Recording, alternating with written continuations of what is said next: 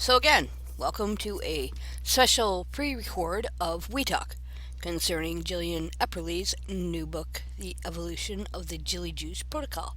In this installment, we will be taking a look at Chapter 1, Balancing Energy of Body, Mind, and Spirit. So, to begin with, Jillian opens with this quote. In the beginning of discovering the Jelly Juice Protocol, it was imperative that I understood that everything is energy. Unquote. Which, for simplicity's sake, is true. But I suspect that Jillian isn't speaking about the concept of zero point energy of quantum theory, nor the protons, neutrons, gluons, and quarks of particle physics.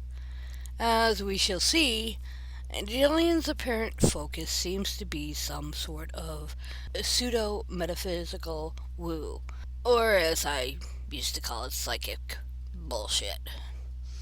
Like a true rue of written Saladese, Jillian does not disappoint as she cherry picks the first concept she presents. Quote, The first law of thermodynamics, also known as the law of conservation of energy, states that energy can neither be created nor destroyed, but can only be transformed or changed from one form to another. unquote.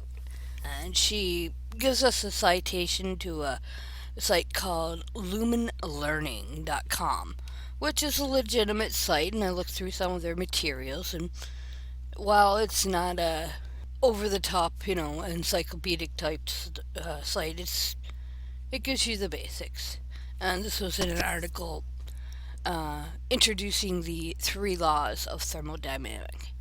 Now, for any of you that have any acronym in science, you probably already know what the problem is.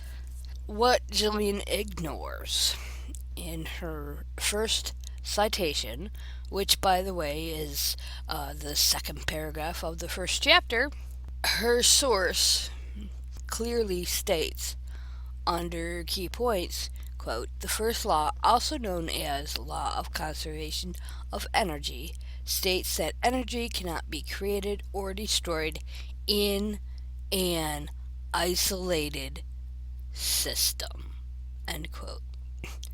Notice the difference? Jillian leaves off in an isolated system.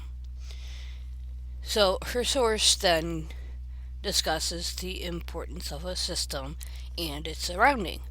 In other words, whether a system is open, isolated, or closed. Quote, the boundary must be clearly defined, so one can clearly say whether a given part of the world is in the system or in the surroundings.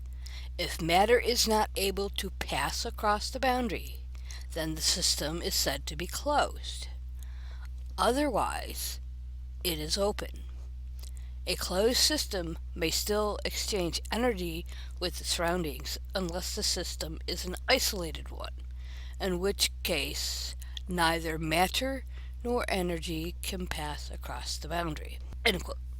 So it is blatantly obvious that Jillian's source is referring to an isolated system from that point. Instead of citing the full definition that was in the key points, Jillian chooses to ignore that entire explanation above, and there was more to it, concerning open, closed, and isolated systems, and pick a shorter version of the definition.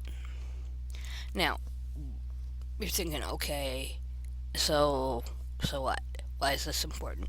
Further along in another article on Lumen Learning, they state, quote, biological organisms are open systems. Energy is exchanged between them and their surroundings as they consume energy storing molecules and release energy to the environment by doing work. Like all things in the physical world, energy is subject to the laws of physics. The laws of thermodynamics govern the transfer of energy in and among all systems in the universe. End quote. So, in essence, the first law of thermodynamics does not apply to us. And this relates further into what Jillian states next, and where I believe piss poor reading comprehension is blatantly obvious, as well as her interjecting her pseudo-metaphysical mumbo-jumbo. She states, quote, If energy can neither be created or destroyed, then I had to learn how to convert bad energy into good energy. But who determines what is good energy and what is bad energy? This realization sparked my journey of intellectually understanding how the chili juice protocol of fermented cabbage and kale juice created the life-giving energy, also known as good energy, overriding the bad energy or the death energy. unquote. Now, I believe if Jillian understood what she read, in any case, not just this, she would understand where her statement is so wrong. She really didn't have to learn anything. Okay, there is no such thing outside of psychic woo shit as bad energy. As Lumen learning notes, energy is exchanged between them and their surroundings as they consume energy storing molecules and release energy to the environment by doing work. So basically, all food that we consume, even junky food like cupcakes, is converted to energy in the body. And the body uses that energy. Going from there, she throws in some more pseudo-metaphysical mumbo-jumbo. And she is correct. It's a belief. But she has no evidence, no support to back any of her statements or claims or assertions. I mean, seriously, death energy, laws of life, living indefinitely. I think she's watching a little too much Zach Bacon's of Ghost Adventures. Quote, This would mean that I did not believe people should physically die, leaving their spirit or hormones, missing their DNA and RNA, to be stuck floating around the universe expressing their hormones at the time of their death over and repeatedly, kind of like a constant loop of a broken record, waiting to become a single-celled organism yet again. now, bear in mind, this is a woman who, in 2019, believed she had, quote, cracked the code of why ghosts exist. Basically, in October, early October, she was saying that viruses are basically missing their nucleic acids. And then she says, "Oh, just look down my timeline." She has a habit, and she still does it, of just throwing out random studies based upon their titles, thinking that it supports her material. Now, I never really went into the ghost part because it's like, oh, I really don't want to go down that rabbit hole. So then, further along, she equates viruses to spirits. Okay? And now she has basically said that spirits are somehow hormones? I don't know. Trying to decipher her shit is a real headache. Quote, What is the spirit, you ask? The spirit is the compilation of the hormones that are expressed by the human based upon the balance or imbalance of the body. The mind takes cues from the spirit and the body working in concert, even if they are misaligned.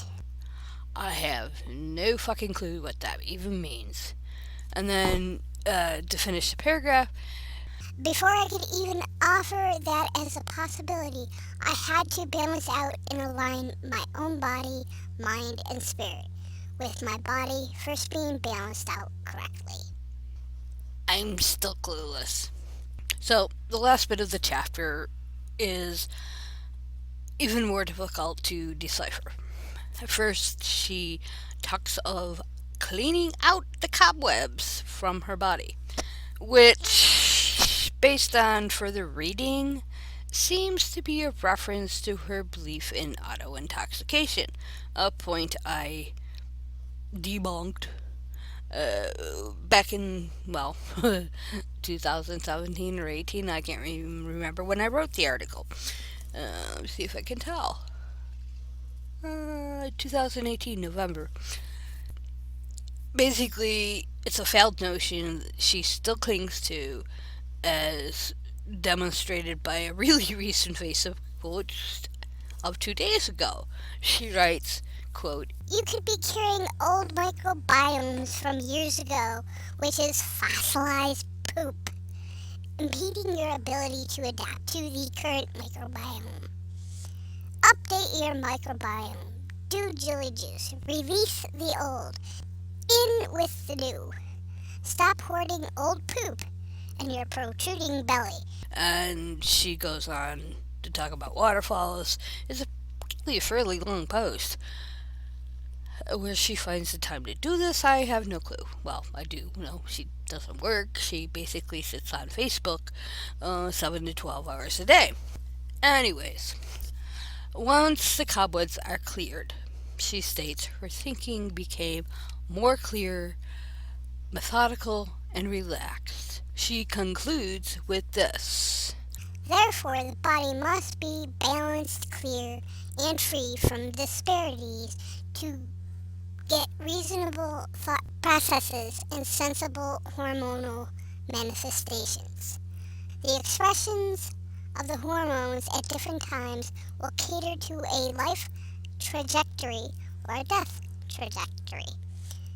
This is also based upon man-made law as well as natural law, with natural law trumping man-made law. Man-made laws are laws of the society and community, and biological manipulations through hormone replacement therapy, immunotherapy, protocols, and surgical procedures.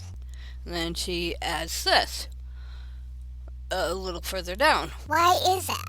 Because there are two absolutes in the world, which are life and death. Before understanding how we can potentially live indefinitely. And keep that word potentially, because she uses it to twist out of things. Before understanding how we can potentially live indefinitely, first I had to understand the laws of life and then the laws of death, and what components make up life and how the environment and biodiversity work symbiotically together. As I have explained prior, because this is not the first time she's brought this up, actual physical life is not an absolute. And by that I mean there is no guarantee you will be born. In fact, the probability of you existing at all comes out to a factor of 1 in 10 to the 2,685,000th power. So that's a 10 followed by 2,685 zeros. We can also take it to a philosophical level of discussion, where some see life both as absolute and relative. Modern systems theory comes to mind, which it's sought to explain systems in terms of relativity. Every single part influenced and was influenced by other parts. This was the beginning of seeing all systems as interconnected. But I really highly doubt Jillian has put that much thought into this issue. I'd be surprised, but she could surprise me. Who knows? Hey, I might not be the only nerd that reads really odd blog posts and articles and journal entries and yada yada yada. I highly doubt so, Jillian. Coming onto that rabbit hole. See, I told you I could rabbit hole really easily. Examine Jillian's statement a bit further. She contradicts herself. If death, which is the permanent cessation of all biological functions, is an absolute, which is a principle which is regarded as universally valid, there is no potential for living indefinitely. None. Unless she has a different definition of what death is, which is quite possible with her. You're dead, you're dead. Plain and simple. Basically, after going through, well, the preface, which really doesn't count, because that's basically just an introduction to the idea she's going to put forth, what Jillian has done basically is laid bare her beliefs. In her mind, Jilly juice consumption and the rhetoric behind it is a religious belief. To Jillian, it should then therefore be free from criticism. But that's not how things work. If you remember back at the beginning when she started this JJ bullshit, probably actually around Dr. Phil. I can't remember if it was before or after. I'm going to say after. Jillian believed that Jilly Juice was protected by the First Amendment. I think in the same manner of the Genesis to MMS Church. And Jim Humble, when he started that, specifically said he was making MS part of the church's sacrament, believing, falsely, that it would protect him from litigation because it was a religious belief to drink bleach. So Jillian used that same trick. And remember, here's another little oddity to throw in there. Jim Humble is a former Scientologist. Landmark was initially associated with Scientology. I'm not sure quite how tight they were, but there were some Scientology influences in their programs. So you got two ex-Scientology groups touting really dangerous bullshit. But I digress. So that seems to be what Jillian's approach is going to be in the book. Basically, it reads as her spiritual journey. But, as I have always said, if your ideology or your belief is so weak it can't withstand any criticism or critique, it may be time to change your ideology. No, what does Jillian do? And most gurus do this, and religions. Jillian has literally doubled down with no evidence of even understanding what she proposes. To borrow from fellow skeptic and an individual I do actually admire, because he's pretty smart, Aaron Ross states, and this is from an old interview, people that make up stuff and call it truth have the power to imagine all kinds of nonsense. But that's what it is all about. It really is make-believe. And it took me the longest time to figure that out. I thought, honestly, naively, even into middle age, I was in my 30s before I realized there were some people who do not believe in what they do for a reason. And basically, that's what Jillian has done. Make shit up. So, that ends chapter 1. And our next installment will be chapter 2. I figure it might take a little longer because there's a lot to unpack in her. I'm not even quite sure what it is. I really don't want to call it a book. It's only 98 pages, but it's a little bit longer than a pamphlet. But as one of my friends asked recently, how the fuck did she even get it published? That a couple of us have actually asked her publisher, and the answer is not that great. And I don't like it. So that's it for today. And next episode or installment will be on chapter 2. And it'll probably take me about a week or so because there's a lot to unpack, and it's also the weekend, so life is interruptus. So I will call that a wrap, and see you guys on the flip side. And yet again, after I've recorded some new information, so to speak, has come to my attention. If you remember, we hit upon what Jillian believes is good or bad energy. And this is something that a friend of mine just sent me.